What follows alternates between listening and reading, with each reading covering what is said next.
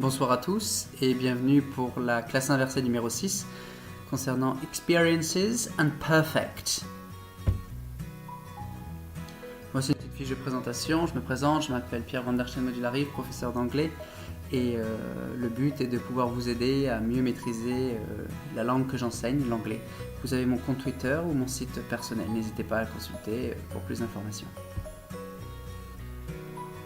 Première partie, Present Perfect. Les valeurs du Present Perfect et la formation de ce temps. Ici, vous avez un axe du temps. Vous avez à la verticale le T0, qui veut dire le moment où je suis en train de parler, c'est-à-dire maintenant, le moment où je vous parle. À gauche, vous avez le passé, avec les pointillés, avec une croix pour évoquer une action qui s'est produite dans le passé, et les pointillés sur la droite qui évoquent le futur. Donc le présent, notre passé qui est révolu, terminé, et notre futur qui se déroulera. Les valeurs du Present Perfect.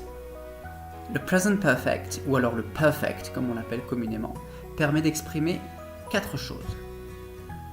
Le résultat présent d'une action passée qui a commencé dans le passé et qui a des conséquences dans le présent. Une action qui vient tout juste de se produire. Une action qui a débuté dans le passé et qui se poursuit dans le présent. Et enfin, permet de faire le bilan d'expérience vécue. Voici quelques exemples. Pour le premier point, Kurt has lost his keys. Kurt a perdu ses clés. Alors, sur l'axe du temps, nous sommes en T0. Par le passé, il a perdu ses clés. Par conséquent, dans le présent, il n'a plus ses clés maintenant. Et dans le futur, il ne pourra pas rentrer chez lui. She has just come back from school, qui est la deuxième valeur, action qui vient tout juste de se produire. Elle revient tout juste de l'école. Tout juste dit just. Notez bien, à chaque fois, nous avons l'auxiliaire avoir et un verbe au participe passé. Has lost dans l'exemple 1, has come dans le deuxième exemple. I have lived in Reunion Island for 4 years. Je vis à La Réunion depuis 4 ans. Depuis se dira 4. Nous avons le Present Perfect avec have et lived, qui correspond à notre troisième valeur du Present Perfect. Une action qui a débuté donc dans le passé, qui se poursuit dans le présent et qui est toujours valable au moment où je parle. Qui peut changer plus tard si on décide de déménager, mais qui, au moment où je parle, est toujours valable. Et enfin, donc là vous avez l'axe du temps, T0. Nous avons vécu 4 ans à La Réunion par le passé. J'y vis encore maintenant, et peut-être encore à l'avenir si je ne déménage pas, et que je reste à La Réunion, et qu'il n'y a pas d'imprévu. Enfin, they have been to Russia twice already. Ils sont déjà allés 2 fois en Russie. Donc 2 fois se dit twice, et le déjà se traduit par already, dans une phrase affirmative. Et vous retrouvez have et been. Have qui est notre présent et been qui est notre perfect, c'est-à-dire notre participe passé. Sur l'axe du temps, nous avons T0 le moment où je parle, où je fais part de mon expérience. C'est un bilan présent de mes expériences vécues. Donc je dois regarder par le passé, de ma naissance jusqu'à maintenant, et est-ce que je suis déjà allé en Russie? En l'occurrence oui, 2 fois, d'où les 2 croix. Bilan d'expérience présent, des 2 voyages passés. Notez bien que les participes passés des verbes irréguliers sont en rouge. Voilà pourquoi nous avons lost, come et been. Et lived qui est un participe passé d'un verbe régulier. Travaillons sur la formation du present perfect. Appelez-le perfect. Le present perfect se construit toujours avec l'auxiliaire have au présent, c'est-à-dire soit have, soit has à la troisième personne. Petit rappel, on utilisera toujours au présent have, sauf à la troisième personne, où nous utiliserons pour he, she, it la forme has avec le s. Donc le present perfect est composé de have ou has plus une base verbale au participe passé. Avec le suffixe ed si le verbe est régulier, d'où played, watched, listened, ou avec la forme qui convient si le verbe est irrégulier. Et pour cela, il faut regarder la troisième colonne pour le participe passé des verbes. Et on peut avoir par exemple been, gone, given. Donc, la formation se fait avec have ou has, c'est-à-dire notre present sur l'auxiliaire have, plus un verbe au participe passé. Voici quelques exemples. À la forme affirmative. Si je veux dire que Jane a acheté une nouvelle voiture, le verbe acheter est un verbe irrégulier. La forme infinitive est marquée en majuscule, buy. À la forme affirmative ou positive, il va falloir utiliser l'auxiliaire have plus un verbe au participe passé. Le participe passé de buy donne bought, ce qui donnera Jane has bought. Et c'est un has et non pas have, parce que nous sommes à la troisième personne du singulier. À la forme négative, nous avons le verbe telephone. Nous devons utiliser la négation. Et comme vous pouvez le voir, il sera en vert.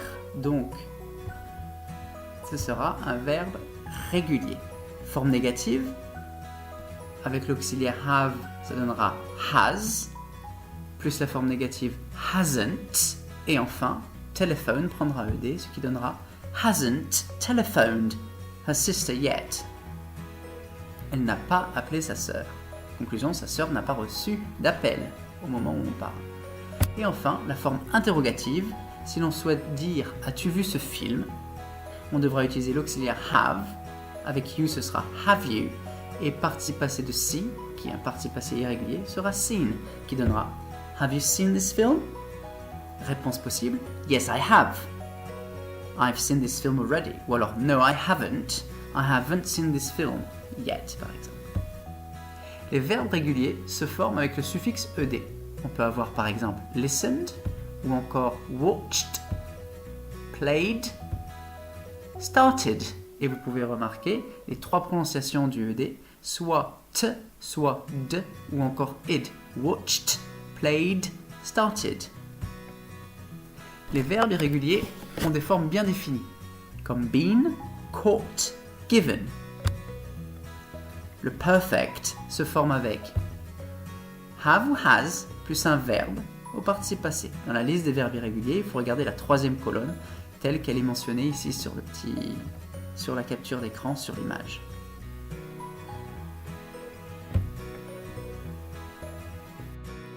Complément. Lorsque vous avez cette coche qui permet d'exprimer ce que l'on a déjà fait au cours de son existence, on va utiliser already, qui veut dire déjà, qui s'utilise dans une phrase affirmative, et affirmative uniquement. Ce qui est implicite, j'ai déjà fait telle ou telle activité par le passé, mais on ne donne pas de date précise. C'est ça la différence entre le present perfect et le prétérit. Le prétérit, c'est quelque chose de passé, de révolu, et qui est daté, précis par le passé. Alors que là, on dit tout simplement qu'on a déjà fait telle activité, sans donner de date. Exemple, They have been to Russia already. Ils sont déjà allés en Russie. Nous ne donnons pas de date, on dit juste que ça fait partie de l'expérience de la personne. On pourrait aussi utiliser never, qui signifie jamais, permet d'exprimer ce que l'on n'a jamais fait au cours de son expérience, de son existence, jusqu'au moment où on le dit. Implicite, à l'heure actuelle, je ne compte pas cette expérience comme mienne. Exemple, He has never been to Russia.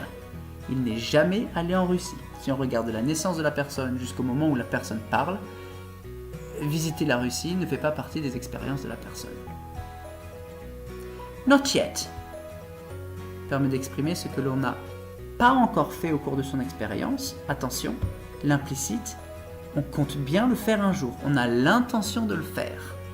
Voilà pourquoi vous pouvez avoir une mention de temps next year. La personne ne l'a pas encore fait, mais compte le faire l'année prochaine. Exemple, Sarah hasn't been to Russia yet. Sarah n'est pas encore allée en Russie. Par contre, on a l'information, elle souhaite le faire l'année d'après. Donc, not yet, qui signifie pas encore. Nous avons just, que nous avons déjà vu, qui permet d'exprimer ce que l'on vient tout juste de faire. On vient à peine d'achever cette action. L'exemple, I've just finished my homework. Je viens tout juste de terminer mes devoirs. Donc, les devoirs viennent tout juste d'être terminés. Résultat présent, le travail est fait. Donc, c'est un résultat présent d'une action commencée par le passé. Et enfin, ever. Ever, qui permet de questionner quelqu'un sur ce qu'il a déjà fait dans sa vie, de sa naissance à maintenant. L'implicite, donc de ta naissance à ce jour, as-tu déjà fait telle ou telle activité? Le temps est encore une fois indéfini. On ne précise pas un temps passé particulier. Question? Have you ever been to Russia? Es-tu déjà allé en Russie? Réponse 1, possible. Soit on dira Yes, I have. I have already been to Russia. Ou alors No, I haven't. I haven't been to Russia. Ou alors si on veut dire qu'on n'y est pas encore allé, I haven't been to Russia yet. Ce qui implique que la personne souhaite y aller plus tard. Nous allons nous concentrer maintenant sur le vocabulaire. Si vous avez un petit souci, n'hésitez pas à revoir ce qui a déjà été présenté. Nous venons de voir ever et je vous propose de travailler ever avec le vocabulaire. Si on demande à une personne si elle a déjà conduit un scooter, nous dirons Have you ever driven a scooter? Cela vient du verbe drive qui veut dire conduire et conduire un scooter, verbe irrégulier. Have you ever driven a scooter? La possibilité 1, yes I have. Ou alors, no I haven't. Have you ever... Le verbe c'est ride a horse. Donc nous aurons Have you ever ridden a horse? Yes I have. No I haven't. Have you ever driven dodgems? Have you ever smoked cigarettes?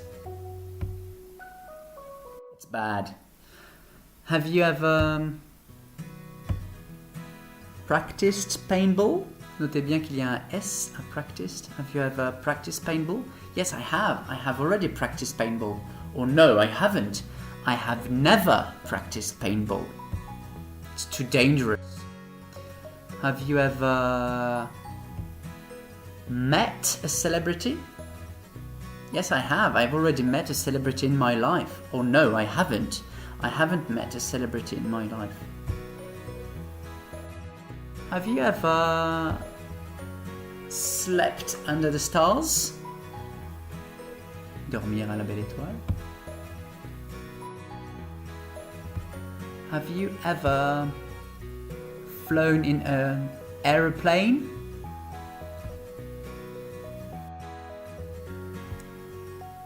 Have you ever been or traveled to the Seychelles?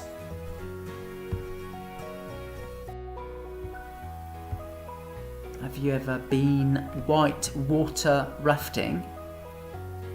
Yes, I have. No, I haven't. Yes, I have. I have already been white water rafting. Or no, I haven't. I've never been white water rafting. Have you ever been or done parasailing? Faire du parachute ascensionnel?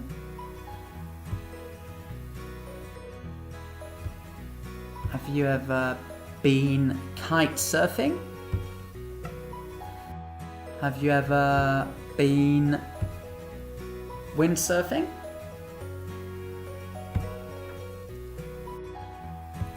Have you ever been water skiing? Have you ever been jet skiing?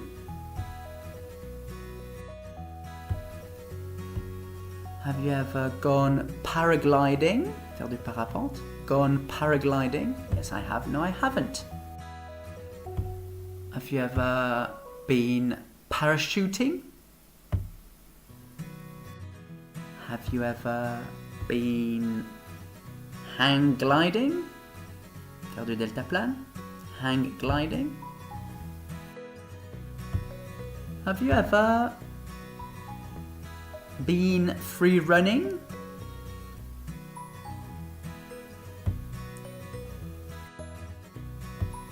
Have you ever been rock climbing? Or have you ever been climbing? Attention, ne prononce pas le B. Ça se prononce climbing. Have you ever been slacklining? Yes, I have. I've already been slacklining. Or no, I haven't. I haven't been slacklining. I've never been. Or I've not been slacklining yet. Have you ever taken a ride in a helicopter?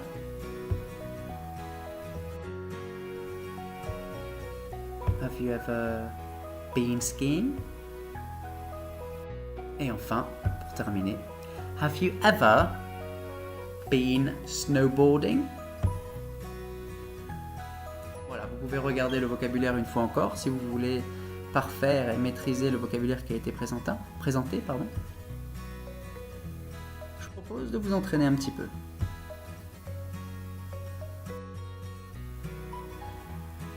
Ici, nous avons différentes villes qui apparaissent. London, Rio de Janeiro, Sydney, Rome, New York. Nous avons 2 personnes, Jeff and Linda. Ce qui nous intéresse de savoir, c'est s'ils sont déjà allés, s'ils ne sont pas allés dans telle ou telle ville, s'ils y sont jamais allés, ou alors pas encore allés, mais qu'il y a une date de prise et que c'est prévu de visiter telle ou telle ville. Voyons cela ensemble. Jeff est donc déjà allé à Londres, ce qui donnera l'utilisation de already. Il faudra utiliser le present perfect, donc l'auxiliaire have au présent, soit have, soit has. Nous avons Jeff, ce sera forcément has. Et ensuite, la notion de been et le lieu, ce qui donnera Jeff has already been to London. On peut mettre already au milieu de phrase ou en fin de phrase. Jeff has been to London already. Pour Sydney, il y est également allé. Jeff has been to Sydney already. Or he has been already to Sydney. Ah, pour New York, apparemment jamais. Jeff has never been to New York. He has never been to the USA. On voit qu'il n'est pas allé à Rome. Jeff has not been to Rome in Italy. Jeff has not been to Rio de Janeiro yet. Not yet. But he will go next month. Il ira le mois prochain. He will go next month. He will travel to Rio de Janeiro next month. Autour de Linda.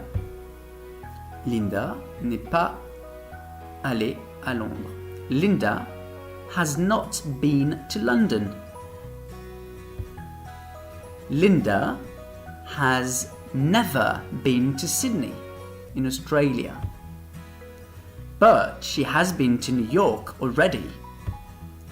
She has not been to Rome yet, but she intends to go to Rome next year. She will go to Rome next year. And finally, Linda has been to Rio de Janeiro already.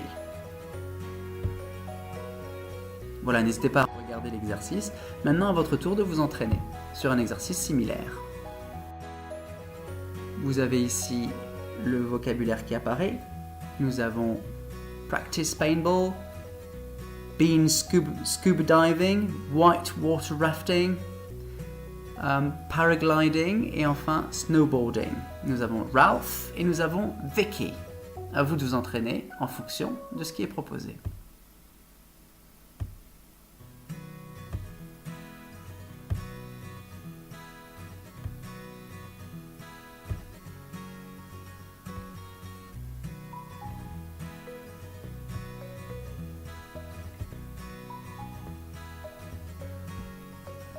Voilà, vous aurez le corrigé en fin de présentation.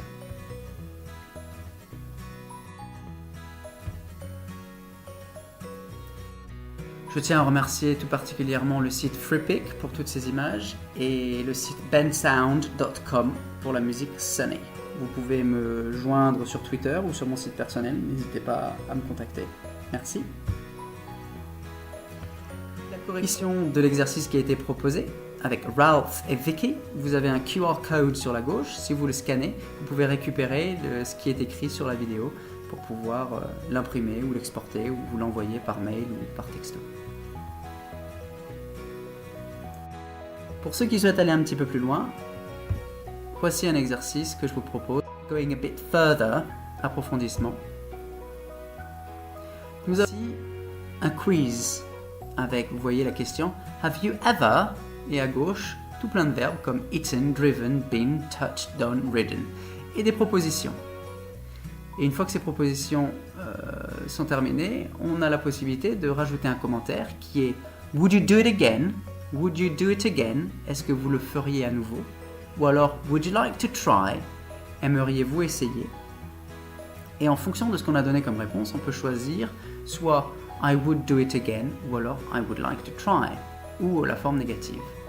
Par exemple, Have you ever eaten snails? J'ai répondu Yes, yes I have. I have already eaten snails. But I wouldn't do it again. Je n'ai pas forcément envie de goûter à nouveau. I wouldn't do it again. I would not like to do it again. I wouldn't do it again. Have you ever eaten grilled cockroaches? No, I haven't. And no, I wouldn't like to try. Thank you. Thanks, but no thanks. Have you ever eaten barbecued grasshoppers? No, I haven't. And of course, I wouldn't like to try. Thank you. Have you ever driven a tractor? Yes, I have. I have already driven a tractor, and yes, I would like to do it again. I would do it again. Question number 2. Have you ever driven a dodgem? Yes, I have. And yes, of course, I would do it again. I would love to do it again because that's fun. Have you ever driven an ATV? No, I haven't. But yes, I would like to try. Sounds like fun. Question numéro 3. Have you ever been snorkeling? Yes, I have. And yes, I would do it again. Have you ever been bungee jumping? Faire du saut élastique. No, I haven't. And yes, I would like to try. It's a bit scary, but I would love to try that. Have you ever been hiking? Yes, I have. And yes, I would do it again. Question numéro 4. Have you ever touched spiders? No, not really. I've never touched spiders, and no, I wouldn't like to try. No, thank you. Have you ever touched cockroaches? No, I haven't, and no, I wouldn't like to try. Thank you for asking. Have you ever touched snakes? Of course, no. In reality, yes, I have touched snakes already, and no, I wouldn't like to try again. Thank you. Have you ever done paintball or practiced paintball? Yes, I have, and yes, I would do it again. I would like to do it again. Have you ever done parachuting? No, I haven't, and yes, I would like to try. Have you ever done white water rafting? No, I haven't, and yes, I would like to try. I would like to try, or I would love to try. Have you ever ridden a motorbike? Yes, I have. I have a motorbike, and yes, I would do it again. Have you ever ridden a horse? Yes, I have. And no, I wouldn't do it again because it's not what I like best. Thank you. Have you ever ridden an ostrich? Une autruche? And no, I haven't. But I would like to try. It sounds like fun.